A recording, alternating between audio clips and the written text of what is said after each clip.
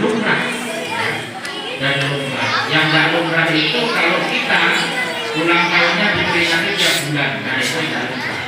Tapi kalau Nabi Muhammad SAW diperingati kapanpun, maka menjadi sesuatu yang memang harus kita ingat.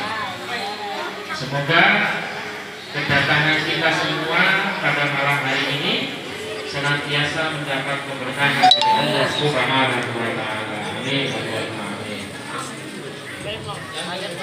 Salawat dan salam senantiasa terhaturkan kepada junjungan kita Nabi Muhammad Sallallahu Alaihi Wasallam, yang tentu kita mengharapkan syafaatnya menjadi hadza ila yaumil qiyamah. Amin. Allahumma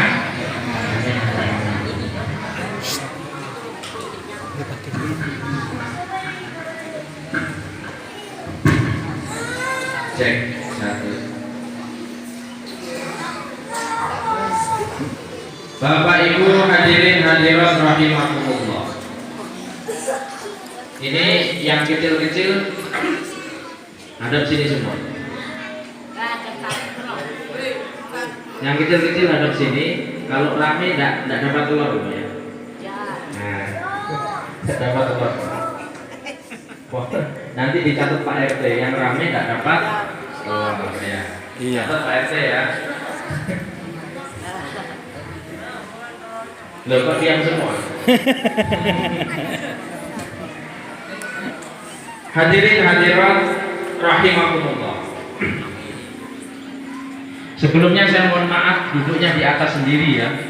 Yang lain di bawah, saya duduk di atas. Sebenarnya saya tidak mau duduk Pak, cuma karena sudah disediakan tidak enak sama yang menyediakan. Jadi saya menghormati yang menyediakan duduk. Saya tidak enak sebenarnya ya. Pengen duduk di bawah saja. Tapi karena sudah disediakan, jadi saya duduk di kursi. Tidak enak sama Pak Mail. Tadi sudah dilirik-lirik suruh duduk. Hadirin hadirat rahimakumullah, peringatan Maulid Nabi Muhammad Sallallahu Alaihi Wasallam ini mengajarkan kepada kita bahwa ternyata tipologi manusia, ya, tipologi manusia yang diterangkan di dalam Al-Quran itu ada beraneka ragam. Ya. Manusia itu disebutkan di dalam Al-Quran dengan berbagai macam tipologi. Yang pertama adalah manusia itu adalah makhluk yang paling mulia. Di dalam surah At-Tin, saya yakin semuanya rata-rata hafal di sini ya. Wattin apa? Wattini wazzaitun wa turi sinin wa hadzal baladil amin. Laqad khalaqnal insana fi ahsani taqwim. Summa radadnahu asfala safilin. Yang pertama, manusia itu adalah makhluk yang paling mulia. Disebutkan di dalam Al-Quran adalah ahsani taqwim. Laqad khalaqnal insana fi ahsani taqwim. Di situ ada kata-kata qad, laqad khalaqna. Kalau kita belajar gramatikal bahasa Arab, setiap huruf qad kalau ketemu dengan fi'il madhi berarti maknanya di situ adalah sungguh. Sungguh aku telah ciptakan manusia dalam bentuk yang sebaik-baiknya. Itulah kenapa manusia disebut sebagai makhluk yang paling mulia dibandingkan dengan makhluk-makhluk Allah yang lain. Kalau kita sebut nama, siapakah di antara manusia itu yang paling mulia? Tak lain tak bukan adalah baginda Nabi Muhammad Sallallahu Alaihi Wasallam. Nah, jadi manusia itu yang pertama adalah menang dibandingkan dengan makhluk-makhluk Allah yang lain. Bahkan kemuliaan itu tidak hanya berhenti sampai di situ, bahkan kemuliaan manusia itu bisa lebih tinggi daripada kemuliaan malaikat. Ya. Kita tahu malaikat itu adalah makhluk Allah yang nggak pernah sekalipun menolak Malaikat itu satu kali pun dia tidak pernah menolak perintah Allah. Tetapi pada sisi yang lain ternyata kemuliaan manusia bisa lebih tinggi daripada kemuliaan malaikat. Contohnya apa?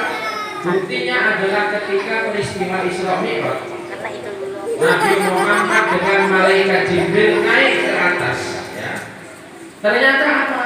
Yang sampai singgasana Allah hanya Nabi Muhammad, Jibril tidak mampu sampai ke singgasana Allah.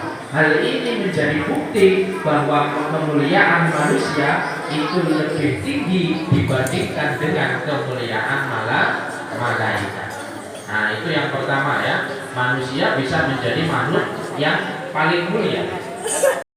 Tapi tipologi yang lain, manusia bisa menjadi makhluk yang paling hina. Terusan ayatnya, "Tsumma radadnahu asfala safilin." Kalau yang pertama adalah ahsani taqwim, yang kedua ya, adalah asfala safilin. Manusia di satu sisi bisa menjadi makhluk yang mulia, tetapi di sisi yang lain bisa menjadi makhluk yang paling hina. Loh, kan? Makanya kalau kita belajar teologi Ahlussunnah wal Jamaah, iman manusia, iman itu ada 4. Kalau kita pelajari teologi Ahlussunnah wal Jamaah, yang pertama adalah apa? Iman itu yazidu la yazidu wala yanqusu. Iman itu tidak bertambah dan tidak berkurang. Imannya siapa ini? Iman tidak bertambah, tidak berkurang. Berarti adalah imannya para malaikat. Yang kedua, al-imanu yazidu wala yanqusu. Imannya naik terus, bertambah terus, tapi tidak pernah berkurang. Imannya siapa itu? Imannya para nabi dan rasul. Imannya naik terus, tidak pernah turun. Contohnya Nabi Musa, ya, Nabi Musa ketika diperintahkan Allah, ketika dikejar rombongan Fir'aun, ya, dikejar rombongan Fir'aun, disuruh mana? Disuruh nyeberangi lautan. Itu kalau kita pakai logika, di mana logikanya? Kita dikejar orang banyak nih, mau dibunuh, ada hutan, ada gunung, ada sungai, ada laut. Pilih mana? Ya kalau pakai logika, kalau pilih laut, ya jelas mati. Tapi ini bukan ilmu logika, tapi ini ilmu tentang keimanan. Apakah ketika Musa diperintahkan Allah bantah? Ya apa sampai ini ya Allah kok suruh nyebrang laut? Kan tidak. Nah tapi karena imannya Nabi Musa sehingga manut ketika diperintahkan Allah nyebrang laut. Akhirnya benar kan? Nabi Musa dikasih tongkat di laut, lautnya terbelah menjadi jalanan. Akhirnya selamat dia dari kebukaan Raja Fir'aun. Sedikit pun tidak ragu. Yang kedua misalnya Nabi Ibrahim disuruh menyembelih putranya namanya Ismail. Sedikit pun Ibrahim itu tidak pernah ragu. Bayangkan Bu, ya, bertahun-tahun mendambakan seorang anak. Orang menikah itu pasti yang didambakan adalah seorang anak. Bertahun-tahun mendambakan seorang anak. Begitu lahir seorang anak, oleh Allah Subhanahu wa Ta'ala diperintahkan Ibrahim untuk menyembelih anaknya. Itu sedikit pun Ibrahim tidak ragu. Kenapa? Karena yakin yang memerintahkan Allah Subhanahu wa Ta'ala. Akhirnya apa? Disembelih. Ketika disembelih, ternyata jadilah seekor domba, seekor kambing. Kemudian disyariatkannya yang namanya hari raya kurban. Nah, ini menunjukkan bukti bahwa imannya Nabi dan Rasul itu naik terus, tapi tidak pernah berkurang. Itu yang kedua. Yang ketiga adalah al-imanu yazidu wa yanqus. Ya kita ini imannya kadang-kadang naik, kadang-kadang turun. Ya kan? Kadang-kadang naik, kadang-kadang turun. Kalau imannya pas naik-naiknya jamaah rajin. Nggih napa nggih? Tapi kalau imannya pas turun, as-salatu khairum minan naum. Bangun apa enggak? Enggak. Kenapa? Imannya pas turun. Ada enggak kayak gitu? Ada. Orangnya datang? Dapat keluar enggak nanti? Ya enggak. Banyak termasuk saya ya. Manusiawi Pak. Yang penting jangan terus-terusan Pak ya. Sekali dua kali nggak apa-apa Pak. Yang penting jangan terus-terusan. Banyak tuh orang tanya, gimana Pak? Kalau kita ketiduran nggak sholat subuh gimana? Ya dikodok sholatnya. Tapi kalau tiap hari Pak, itu namanya nggak ketiduran, tapi males. Ketiduran itu sekali dua kali. Kalau tiap hari namanya nggak ketiduran, tapi males. Nah itulah kita manusia. Imannya kadang naik, kadang turun. Dan yang keempat, iman itu adalah la yazidu, tidak naik, wayang terus tapi turun terus. Imannya siapa kira-kira? Imannya setan, imannya iblis. Setan iblis itu imannya nggak pernah naik tapi turun. Ini dimulai dari mana kok? Iblis ini imannya turun terus. Dimulai dari ketika Allah memerintahkan semua makhluknya untuk bersujud kepada Adam. Ya. Semua diperintahkan Allah untuk bersujud kepada Adam. Di Quran disebutkan fasajadal malaikatu kulluhum ajma'un illa iblis. Semua malaikat-malaikat makhluk Allah ketika itu bersujud kepada Adam. Illa iblis, kecuali iblis. Loh kenapa iblis kok tidak mau bersujud kepada Adam? Kata iblis, ana khairun minhu, khalaqtani minan nar wa khalaqtahu min tin. Itu di surah sekali. Saya lupa ayatnya. Apa Qurannya? Khalaqtani minan nar, kata iblis. Aku itu diciptakan dari api, sedangkan Adam wa khalaqtahu min tin, dari tanah. Ana khairun minhu, aku lebih baik daripada Adam. Coba kita cermati Pak.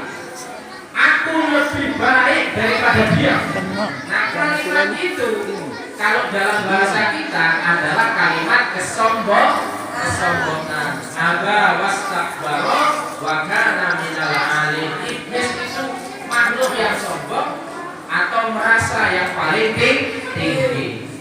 Kalau kita kepada orang lain berkata demikian, aku lebih baik daripada dia, berarti kita tidak ada bedanya dengan iblis. Kenapa? Merasa lebih hebat daripada orang lain. Padahal di atasnya langit masih ada langit. Artinya apa? Kita tidak boleh merasa hebat dibandingkan dengan orang lain. Nah itu pelajarannya. Makanya setan iblis itu nggak pernah naik-naik karena sombong. Ya. Disuruh bersujud kepada Adam, ia tidak mau karena kesombongan. Musa dulu pernah ditegur oleh Allah. Ya. Musa itu pernah ditegur oleh Allah. Padahal Musa itu diterangkan di Quran, wa kallamallahu Musa taklima. Nabi yang paling cerdas itu ya Musa. Yang bisa mengalahkan Fir'aun itu ya Musa, tapi karena pertolongan Allah Subhanahu wa Ta'ala, akhirnya ditegur oleh Allah. Musa, bergurulah kamu kepada Khidir. Ya. Ternyata ketika Musa berguru kepada Khidir, Nabi Musa tidak mampu berguru kepada Khidir. Kenapa? Yang dipakai Nabi Musa adalah akal, sedangkan Khidir pendekatannya tidak pakai akal. Akhirnya Pak Musa lulus sama enggak? Ternyata tidak lulus. Berarti dari cerita ini Musa sama Khidir itu lebih hebat siapa? Lebih hebat Khidir. Tapi kalau ditanya lebih terkenal mana Nabi Musa dengan Khidir, lebih terkenal Nabi Musa. Artinya apa? Berarti yang tidak terkenal itu belum tentu tidak lebih hebat daripada yang terkenal. Jadi jangan remehkan orang-orang yang tidak terkenal, jangan remehkan orang-orang yang diam, karena belum tentu orang yang diam itu tidak lebih hebat daripada yang terkenal. Saya kasih contoh, wali kota itu kalau dapat penghargaan Adipura, Samarinda mendapatkan piagam Adipura karena kotanya bersih. Yang terima piala siapa? Wali kota. Yang dapat nama siapa? Wali kota. Tapi yang bersihkan siapa? Siapa yang bersihkan? Wali kota. Warga desa. Berarti siapa? Yang kecil-kecil itu loh, pasukan-pasukan orang ya. Bisa jadi warga-warga masyarakat semuanya gotong royong. Tapi yang kena bagus siapa? Wali kota. Dari sini berarti apa? Belum tentu wali kotanya yang hebat. Iya, karena bisa menjadi seperti itu karena yang kecil-kecil itu yang tidak terlihat. Nah, maka jangan remehkan orang yang tidak terkenal. Jangan remehkan orang yang diam. Sama seperti kita di sini misalnya. Ketika kita berdoa bersama-sama memohon kepada Allah, misalnya hujan. Saya pimpin doanya di sini, ya Allah, ini kemarau panjang, minta hujan. Tiba-tiba hujan. Jangan diambil kesimpulan karena saya yang mimpin doa. Tidak mesti, belum tentu. Siapa tahu karena aminnya orang-orang yang di belakang itu ikhlas karena Allah Ta'ala, yang dosanya sedikit tapi karena ikhlas dia amin kepada Allah. Karena sebab itulah doa kita semua diijabahi oleh Allah Subhanahu wa Ta'ala. Yo sing buri-buri kae, sing nek pojok-pojok nek ngaji biasanya itu biasanya tapi yang tidur itu biasanya ikhlas. Kenapa? Ya gak ngomongin melek ngomongin umum, tapi kalau tidur tapi begitu amin yang paling ikhlas. Nah, artinya apa? Ya kita semua ketika orang banyak ini, makanya biasanya tradisi masyarakat kita itu apa? Doa bersama. Siapa tahu kalau kita doa sendiri rapatnya mandi, begitu doa bareng, insya Allah doa mandi. Amin Allahumma. Nah itulah ya. Manusia itu bisa menjadi makhluk yang mulia, bisa menjadi makhluk yang paling hina. Karena itu tadi imannya naik tuh, makanya disebutkan asfala safilin. Tapi yang paling ekstrim dari tipologi itu semua adalah manusia bisa lebih hina daripada binatang. Ulaika kal an'am bal hum adall. Manusia itu bisa lebih hina daripada binatang. Sudah hina tapi lebih hina daripada binatang. Apakah ada manusia lebih hina dari binatang? Ada apa enggak? Ada. Kalau Qurannya bilang ada, pasti ada. Contohnya apa? Contohnya adalah Arab sebelum Nabi Muhammad dilahirkan. Arab bergelimang dengan jahiliyah. Itu adalah di mana moral manusia ketika itu mengalami degradasi, mengalami krisis moral karena tidak memiliki agama. Tuhannya ketika itu adalah patung-patung itu yang kita sebut dengan berhala. Nilai-nilai kemanusiaan itu tidak ada, sehingga disebut dengan jahiliyah. Apa yang masuk dalam kategori lebih hina daripada binatang? Bayangkan ketika itu orang Arab, kalau istrinya melahirkan kok anaknya lahir perempuan, maka anak itu akan dibunuh dengan cara dikubur hidup. Itu kan berarti lebih hina daripada binatang.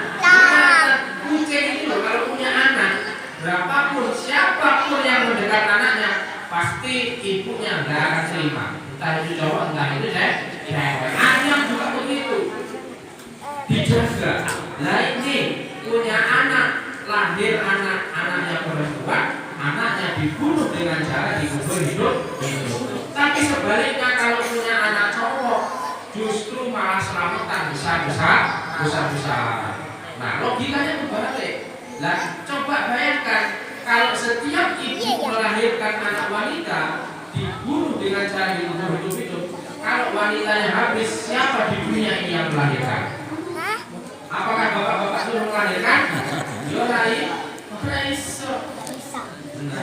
nah itu yang saya katakan tadi, manusia bisa lebih hina daripada binatang. Punya anak cewek malah dikubur hidup. Bapak-bapak kalau punya anak cewek senang ngomong nggak Pak? Senang. Ibu-ibu senang ngomong nggak punya anak cewek? Senang. Tanya Pak RT, senang dia Pak ya? Ya. Jujurannya mahal.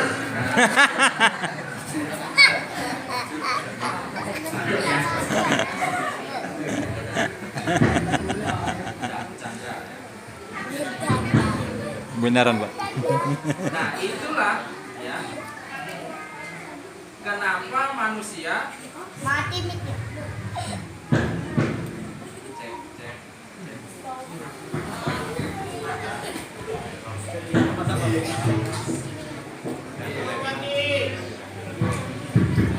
Cek. Ini gara-gara jujuran dia mati. Oke, itulah kenapa manusia kadang-kadang bisa lebih hina daripada binatang. Baru dilahirkannya Nabi Muhammad, maka Muhammad lahir itu minat dulu mati ilan nur, dari zaman yang gelap gulita menjadi zaman yang terang benderang. Ceritanya ketika Nabi itu kan punya paman namanya Abu Lahab. Sedangkan ibunya Nabi itu adalah adiknya Abu Lahab. Abu Lahab itu punya budak namanya Suwaibah. Budak itu Pak. Budak itu kalau sekarang nggak ada Pak ya. Budak itu tidak bisa dikatakan pembantu rumah tangga, itu bukan budak. Pembantu rumah tangga pun sekarang namanya bukan pembantu, tapi asisten rumah tangga. Dan bukan budak itu. Praktek perbudakan itu tidak ada. Makanya 8 asnaf, ini bapak-bapak yang biasa jadi amil zakat. 8 asnaf itu yang nggak ada sekarang apa? Budak. Nah itu tidak ada. Ya. Budak itu sudah tidak ada. Meskipun di beberapa negara mengklaim kayak misalnya jajahannya ISIS itu ada praktek perbudakan, ya itu mungkin sebagian kecil, tetapi secara umum manusia semua sudah merdeka. Kalau budak itu ingin dimerdekakan maka banyak.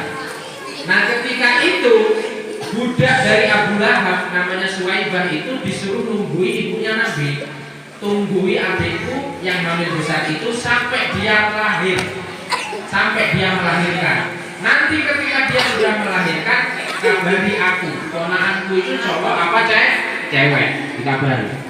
Begitu sudah lahiran, si budak tadi mengabari kepada Abu Lahab, wahai Abu Lahab, keponakanmu sudah lahir. Wah itu panas dingin. Ini siap-siap dia. Kalau ternyata ponakannya itu cewek, maka akan dibunuh dengan cara dikubur hidup. Tetapi dikabari, keponakanku adalah seorang laki-laki. Senangnya luar biasa. Sampai senangnya Abu Lahab, maka budak tadi dimerdekakan oleh Abu Lahab. Sampai senangnya.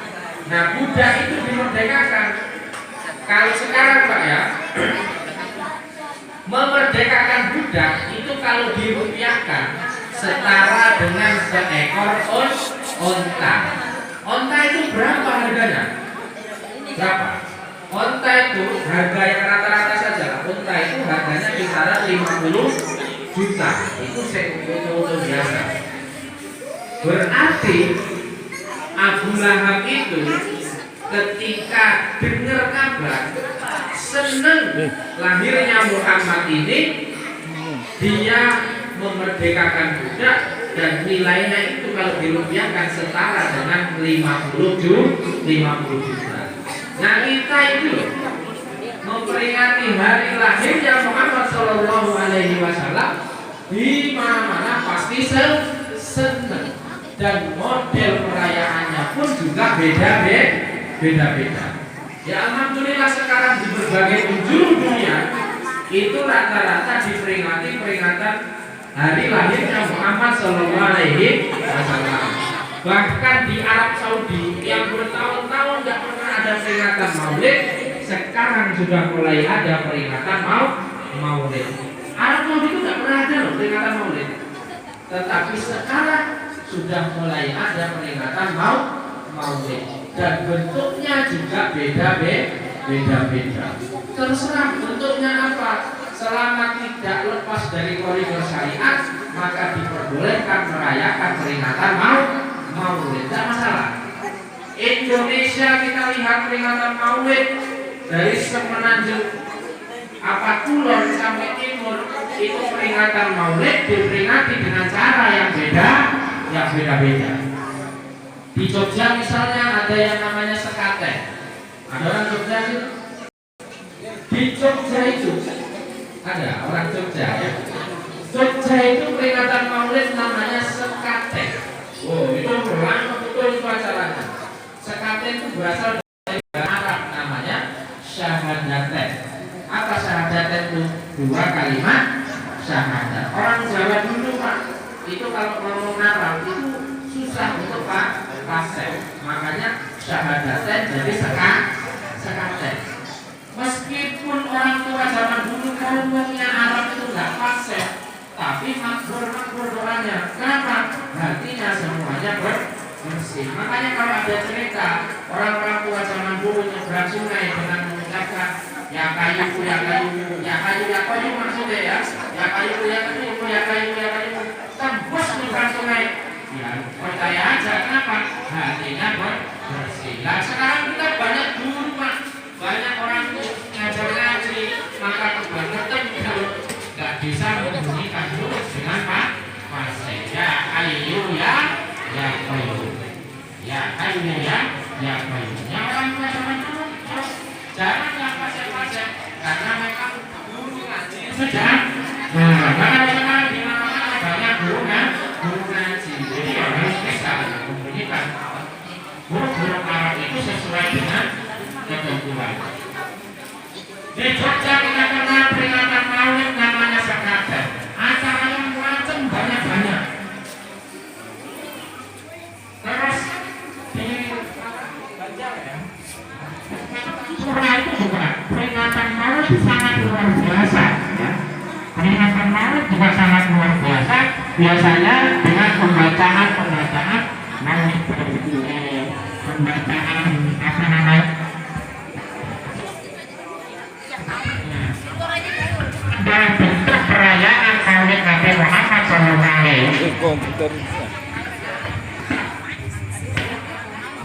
Pengacara apa? Di mana-mana sekarang.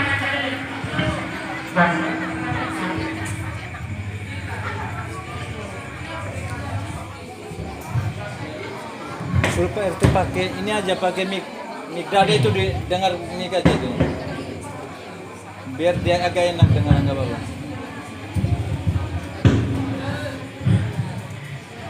Baru kali ini saya ngomong ganti-ganti.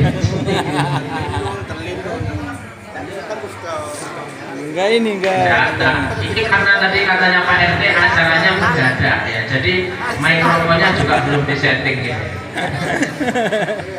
Enggak apa-apa. Ngerti ya. Nah peringatan Maulid itu bentuknya apa? Enggak masalah. Yang penting isi dari peringatan itu semua sama seperti pohon seperti ini. Pohon seperti ini adalah simbol ya. Pohon seperti ini adalah simbol kegembiraan kita atas lahirnya Nabi Muhammad Shallallahu Alaihi Wasallam. Coba Pak, telur kayak gini direbus biasa aja, direbus biasa, kasih ikan panas, mau apa enggak ya? Enggak mau Pak. Tapi dibuat bentuk seperti itu macam-macam. Enggak cuma anak-anak yang berebut, ibu-ibunya pun juga berebut. Pengalaman saya ya, saya berapa kali sudah selesai, saya belum pulang, itu ibu-ibunya sudah rebutan. Padahal uangnya cuma 2.000. Coba uangnya 100.000, 50.000, mungkin bapak-bapaknya juga rebutan. Makanya tahun depan kita nggak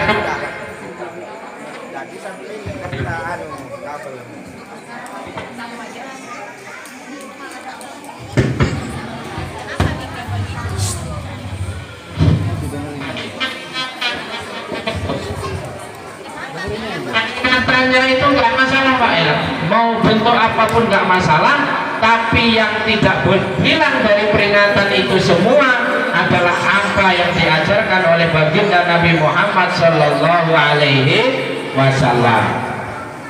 Dan inti yang saya sampaikan di sini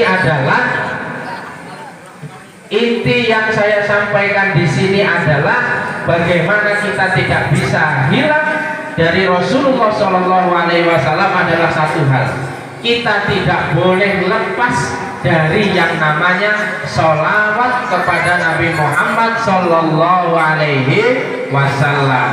Gimana sholawat itu? Dengan ucapan Allahumma sholli ala sayyidina Muhammad wa ala ali sayyidina Muhammad. Sholawat nggak boleh lepas Pak, itu intinya Pak. Sholawat itu nggak boleh lepas. Kenapa? Satu hari saja kita tidak baca sholawat fatal Pak. Kenapa? Karena sholawat itu juga bagian dari rukun sholat. Sampai tahiyat akhir itu pasti baca sholawat. Dan yang harus dipahami bagaimana redaksi sholawat itu.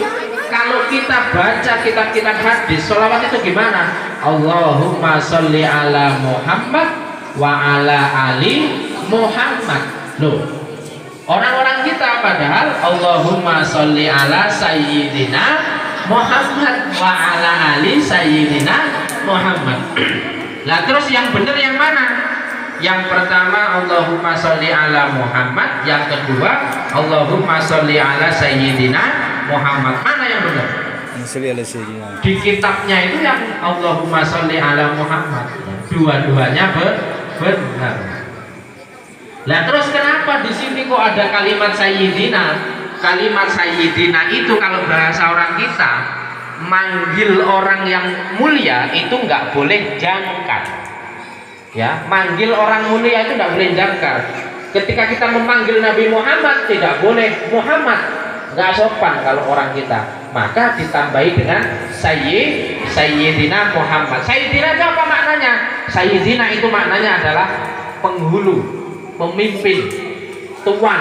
Ya, nah, maka ditambahi dengan Sayyidina. Kita saja ya dengan sesama manusia seperti ini, dengan orang-orang tua itu pun manggil nggak boleh jangkar. Ya minimal manggil Pak, Bapak. Kalau orangnya tua ya dipanggil Mbah, begitu loh.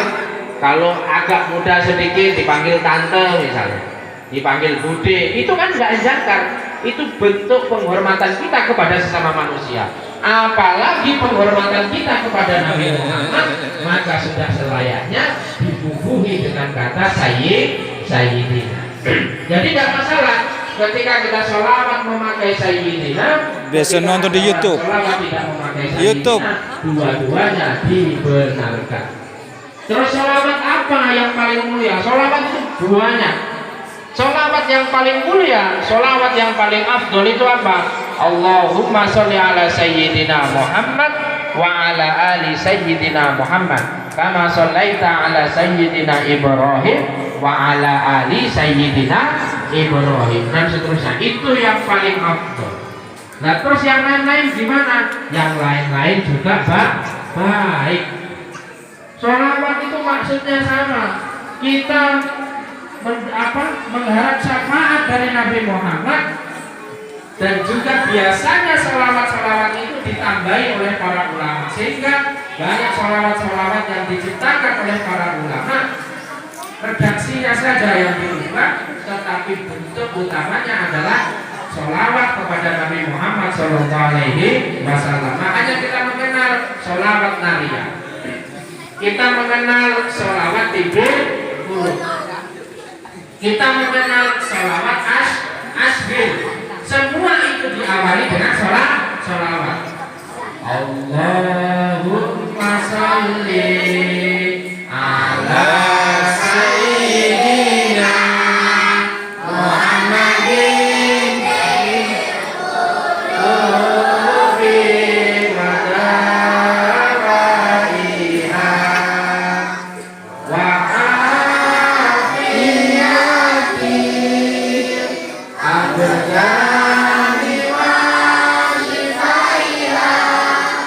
wa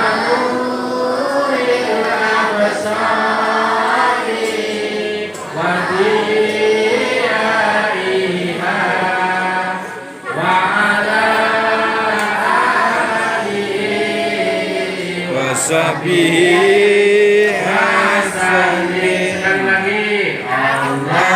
Allahumma sholli ala sayyidina Muhammadin nabiyil qulubi wa aliha wa afiyati abdani wa shifaiha wa nuriha basari wa biyaiha wa ala alihi wa sahbihi wa sallim. Itu namanya sholawat apa? Sholawat Ibrahim. Sholawat tasbih apa? Allahumma sholli ala sayyidina Muhammad wa asyiri zalimin zalimin. Allahumma sholli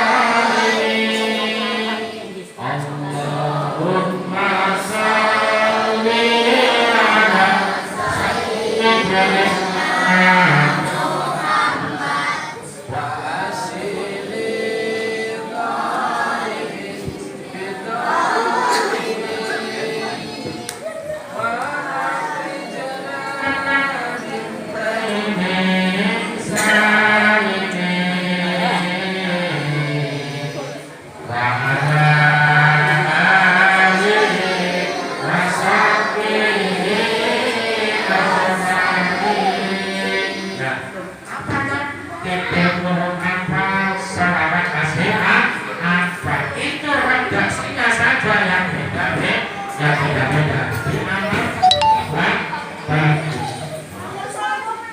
Jadi itu kan beberapa salawat-salawat yang diciptakan oleh para ulama.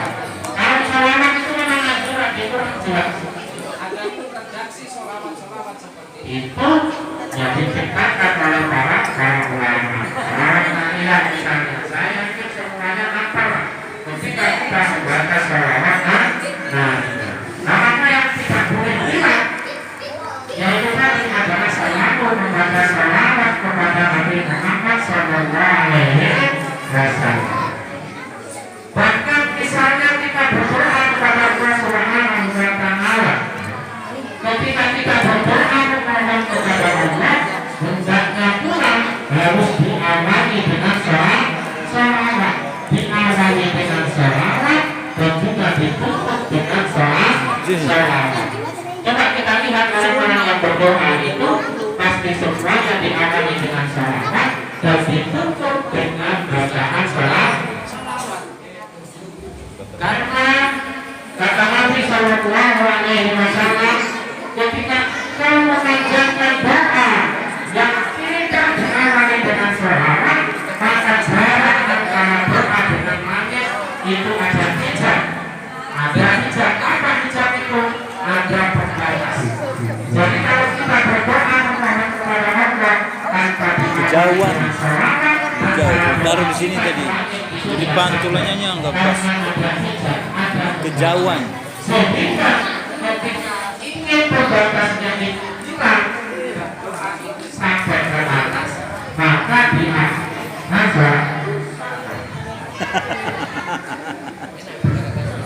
nanti terus Pak ya. Sudah berapa hitung, berapa kali? Oke. Kejauhan. Nah, maka doa itu ketika dia tidak ada hijab, maka harus diawali dengan sholat. Allahumma sholli ala sayyidina Muhammad wa ala ali sayyidina Muhammad sayyidil awwalin wal akhirin wa sholli wa sallim wa barik ala sayyidina Muhammad. Macam-macam versi sholawat. Diawali dengan sholawat, kemudian baru dilanjutkan dengan memuji-muji Allah ya. Memuji-muji Allah itu juga redaksinya macam-macam. Kalau nggak bisa bahasa Arab, ya pakai bahasa Indonesia. Gak apa-apa. Doa itu kalau misalnya bahasa Arab nggak terlalu paham, ya pakailah bahasa Indonesia. Ya kecuali yang sudah masyhur, misalnya Rabbana atina fid dunya hasanah wa fil akhirati hasanah wa qina adzaban nar. Tapi pelajarannya di sini adalah kita nggak bisa lepas, Bu ya. Kita tidak bisa lepas itu tadi dari namanya sholawat ya. Dalam hidup kita nggak bisa lepas dari namanya sholawat. Doa tidak akan sampai ke langit ketika doa itu tidak diawali dengan sholawat. Nah maka dari itu peringatan Maulid Nabi Muhammad SAW ini yang tak boleh hilang dan harus kita tanamkan dalam kehidupan kita adalah dengan selalu membaca sholawat. Misalnya sholawat itu juga dijadikan rukun dalam beberapa ibadah. Ini bapak-bapak yang biasa Jumatan itu, pasti familiar dengan bacaan sholawat. Siapa yang membaca? Adalah seorang khotib. Khotib itu kalau dia khutbah kok lupa nggak baca sholawatnya ditinggal, maka khutbahnya tidak sah. Kalau khutbahnya tidak sah, konsekuensinya adalah sholat Jumatnya tidak sah. Kalau sholat Jumatnya tidak sah, maka harus diganti dengan sholat duhur. Nah terus gimana caranya ketika seorang khotib itu salah tidak membaca sholawat? Kan pernah hidup kemarin Pak Menteri Agama Pak Fakhrul Rasyid ketika khutbah dia lupa membaca sholawat. Ribut akhirnya di media itu. Di mana ini menteri kok setelah menteri khutbah tidak baca sholawat? Kalau saya berpikirnya positif, Pak. Namanya manusia itu kadang-kadang salah, kadang-kadang lupa. Permasalahannya apa? Ya kalau memang dia salah, ya harus diingatkan di masjid itu. Caranya gimana? Tegurlah dengan cara yang baik dan yang benar. Mohon maaf Pak, didatangi, dibisiki. Mohon maaf Pak Khotib, tadi sampai lupa nggak baca sholawat. Suruh ulang bukannya nggak apa-apa. Jangan ditegur di belakang. Woi Khotib, salah khutbahmu. Ya mana Pak?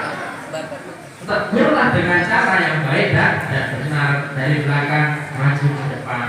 Mohon maaf Pak, tadi ada yang kurang. Oh, saya kira ketika diberitahu dengan cara yang benar seperti itu, khotib pun juga akan menerima. Apa? Yang penting caranya betul, itu yang sopan dan baik.